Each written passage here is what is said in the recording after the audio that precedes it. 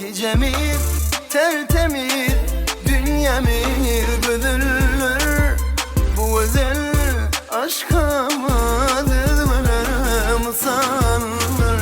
Yüreğim, bu bedenim, finkiyar seninkidir. Senin bilen her önem, şirinlerden şirinler.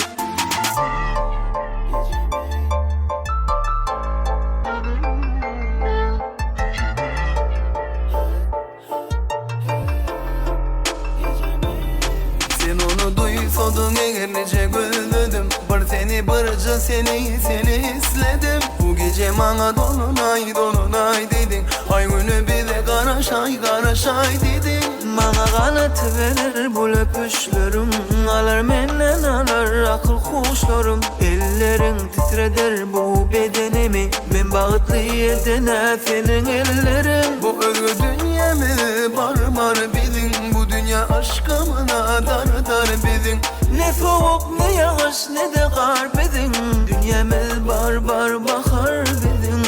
Onu zor kersedi dillerim senden başka.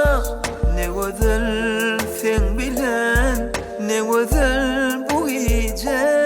Unutur seni dillerim senden başa.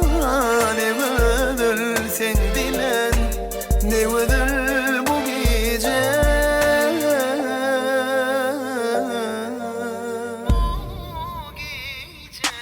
Gecemiz tertemiz, dünyamız güzeldir. Bu özel aşkıma özgürlere masaldır. Yüreğim, bu bedenim, senki yar seninkidir. Senin bilen her günüm, şirinlerden şirinler.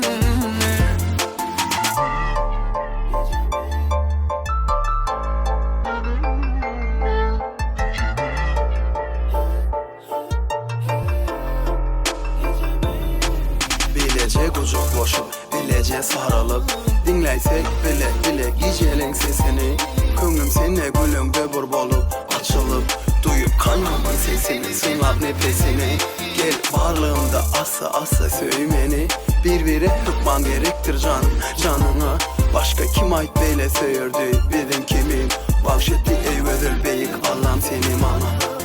Birbirimiz için bir sevgi için gözül eleme ayanıp söyülüp. Yıllılar sansız bu güzel geceler. Gel bu gece baksa yıllılar bizim için beden. Unutur kersedi dillerim senden başa.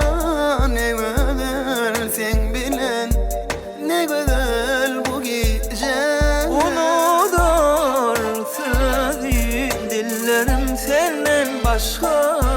Ne güzel sen bilen, ne güzel bu gece.